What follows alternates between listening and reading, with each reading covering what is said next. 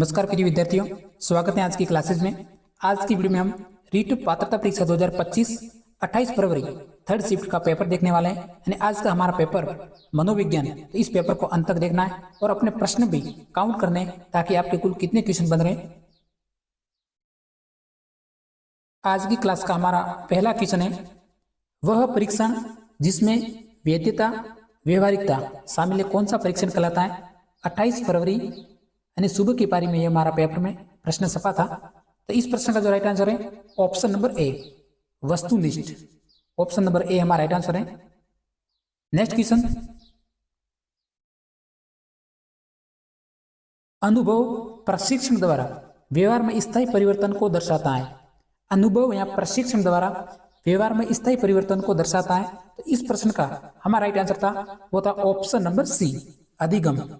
उम्मीद करता हूं कि यह प्रश्न आपके राइट हुआ होगा, सिंपल प्रश्न था। नेक्स्ट क्वेश्चन,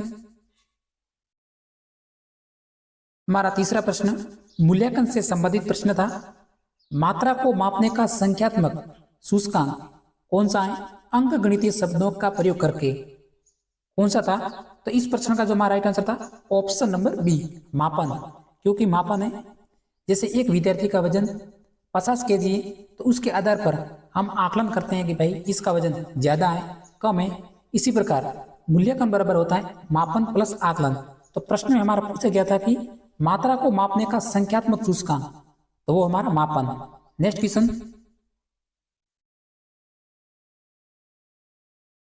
समायोजन तंत्र शराब नशीले पदार्थों का उपयोग करके दुश्चिंता बचने के लिए करता है। एक प्रश्न हमें समझना है कि दुश्चिंता, तो इसके लिए क्या राइट आंसर है, वो हमारा ऑप्शन नंबर बी, पलायन। ये आपने ऑप्शन राइट किया होगा, पलायन करेक्ट आंसर है। सभी प्रश्नों को साथ में गिनते रहिए, आपके कितने क्वेश्चन बन रहे हैं, और साथ में क्लास को सब्सक्राइब भी जरूर करिए अगर अच्छी लगे तो।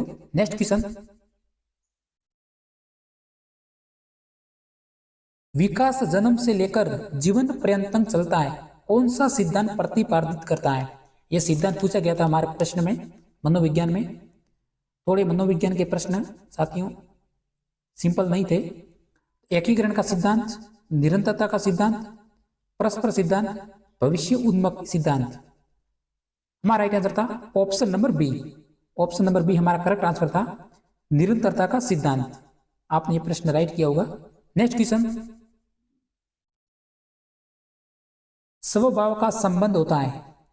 स्वभाव शारीरिक, मानसिक, संज्ञात्मक या फिर संवेगात्मक और भावना। 28 फरवरी सुबह के पारी में ये हमारा पेपर सब चुका है। तो राइट आंसर है ऑप्शन नंबर ए, शारीरिक। बताइए आपने कौन सा ऑप्शन भरा है।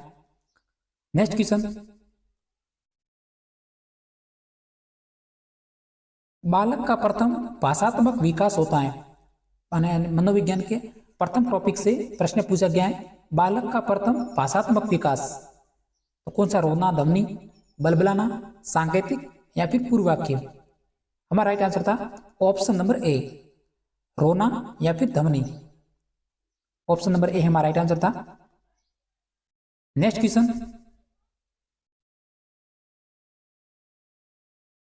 हार्वर्ड गार्डनर के अनुसार अंतर्वैयक्तिक बुद्धि वाले बालकों की विशेषताएं, एक विशेषता पूछी गई थी, तो वो हमारी ये विशेषता थी, आपको याद रखना है, स्वयं की जटिल भावनाओं, क्षमताओं व कमजोरियों का ज्ञान। ये हमारा करेक्ट आंसर था। 3 ऑप्शन दूसरे थे और ये ऑप्शन हमारा राइट आंसर था, स्वयं की जटिल भावनाओं, क्षमताओं व कमजोरियों का ज्ञान। नेक्स्ट क्वेश्चन, एक हमारा आरटीई अधिनियम 2009 से संबंधित प्रश्न था। आरटीई अधिनियम 2009 में धारा 29 का मुख्य संबंध था। धारा 29 का मुख्य संबंध पूछा गया था, इंपॉर्टेंट प्रश्न था। इस प्रश्न का हमारा राइट आंसर है ऑप्शन नंबर बी, स्थानीय तथा मातृभाषा का उपयोग पर। करेक्ट आंसर है ऑप्शन नंबर बी। साथियों क्लास को लाइक जरूर करें ताकि और भी विद्यार्थियों के पास वीडियो जाएगा। नेक्स्ट क्वेश्चन, एक हमारा यह प्रश्न था, व्यक्तित्व मापन की विधि को दर्शाने वाला परीक्षण था। तो आपने ऑप्शन भरा होगा 16P परीक्षण। यह ऑप्शन उस प्रश्न का राइट आंसर था, 16P परीक्षण। आपको नेक्स्ट क्वेश्चन, कम समय में हम प्रश्न देखेंगे। कॉन्सेप्ट मैप की प्राथमिक संरचना क्या है? कॉन्सेप्ट मैप की प्राथमिक संरचना, यह प्रश्न पूछा गया था। तो इस प्रश्न का जो हमारा राइट आंसर था ऑप्शन नंबर सी, लेबल बनाने वाले नोट्स। ऑप्शन नंबर सी हमारा करेक्ट आंसर था, लेबल वाले नोट्स। नेक्स्ट क्वेश्चन, केटल का सिद्धांत पूछा गया था। केटल का फ्लूइड बुद्धि सिद्धांत किससे संबंधित है? तो उसमें एक भी ऑप्शन था हमारा तरल व ठोस सिद्धांत। तो ये हमारा राइट आंसर था, तरल व ठोस सिद्धांत। प्रश्न हमारा इस प्रकार था कि केटल का फ्लूइड बुद्धि के सिद्धांत किससे संबंधित था? तो वो हमारा राइट आंसर है, तरल व ठोस सिद्धांत। नेक्स्ट क्वेश्चन, बच्चों को प्रभावित करने वाला आंतरिक कारक कौन सा है? आंतरिक कारक पूछा गया था। तो आंतरिक कारक कौन सा है साथियों?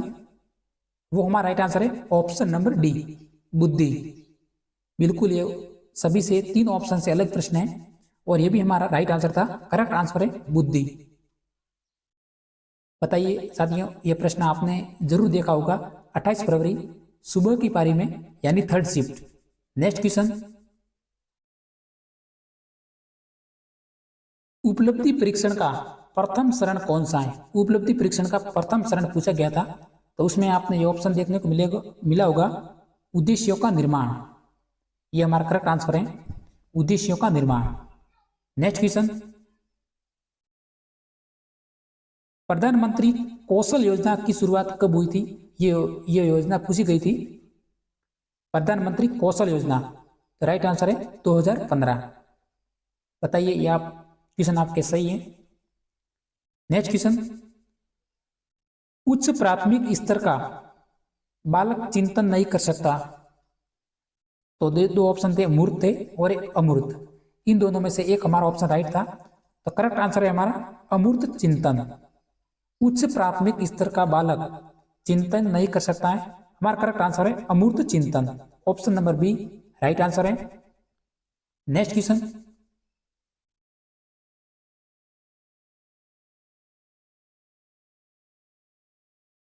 प्रतिभाशाली बालक की निम्न में से विशेषताएं। प्रतिभाशाली बालक की एक विशेषता पूछी गई थी, तो उसमें शायद ये ऑप्शन शामिल था, ये राष्ट्र के निर्माता होते हैं, ऐसा कुछ ऑप्शन था, ये राष्ट्र के निर्माता होते हैं। तो ये राइट आंसर था। नेक्स्ट क्वेश्चन,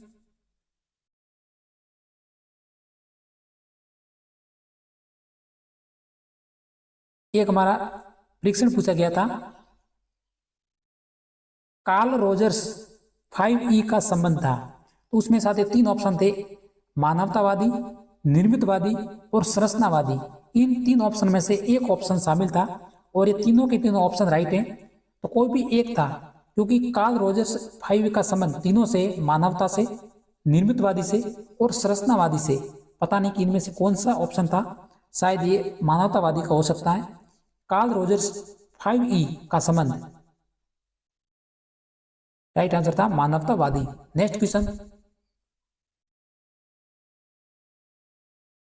क्रियात्मक अनुसंधान को मापने में प्रयोग किया जाता है।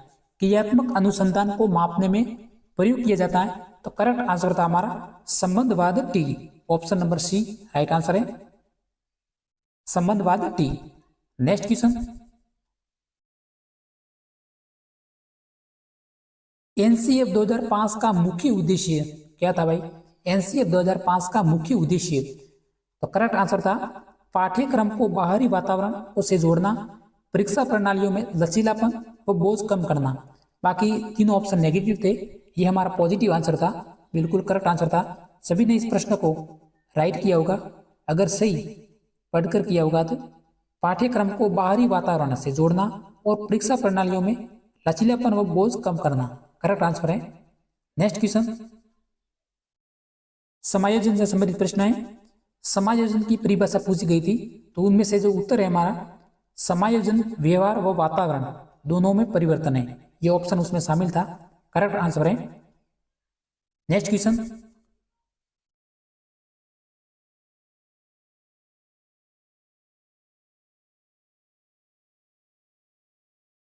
प्रकृति और पोषण संवाद का मुख्य विषय क्या है? तो उसमें ऑप्शन है आनुवांशिकता व वातावरण। आनुवांशिकता व वातावरण, प्रकृति और पोषण संवाद का मुख्य विशेषता यानी मुख्य विषय वो था हमारा आनुवांशिकता व वातावरण। नेक्स्ट क्वेश्चन, जीन पियाजे के अनुसार वस्तु स्थायित्व किन अवस्था में पाई जाती है? बिल्कुल हुबहू प्रश्न सपा था। जीन पियाजे के अनुसार वस्तु स्थायित्व किन अवस्था में पाई जाती है? तो करेक्ट आंसर था संवेदी गामक अवस्था या फिर संवेदी पेशी अवस्था। ये हमारा करेक्ट आंसर था। आपको ये प्रश्न जरूर रूप से देखना है एक बार। करेक्ट आंसर है संवेदी पेशी अवस्था। बाकी तीन ऑप्शन गलत हैं। पूर्व संक्रियात्मक अवस्था, मूर्त संक्रियात्मक अवस्था, अमूर्त अनौपचारिक अवस्था। नेक्स्ट क्वेश्चन, आज की क्लास का हमारा अंतिम क्वेश्चन है। बाकी प्रश्न आपको कमेंट बॉक्स में बता दिया जाएगा। मस्तिष्क पक्षाघात का कारण होता है, यह प्रश्न बिल्कुल सपा था। 28 फरवरी सुबह की पारी यानी थर्ड शिफ्ट में मस्तिष्क पक्षाघात का क्या कारण होता है? तो वो होता हमारा गर्भावस्था में जन्म के समय चोट। ये हमारा करेक्ट आंसर है।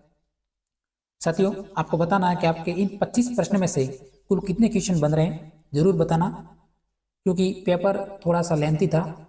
बाकी आपके हिंदी में या फिर संस्कृत है और आप अपनी सब्जेक्ट है उसमें कितने बन रहे हैं टोटल, ये भी जरूर बताना।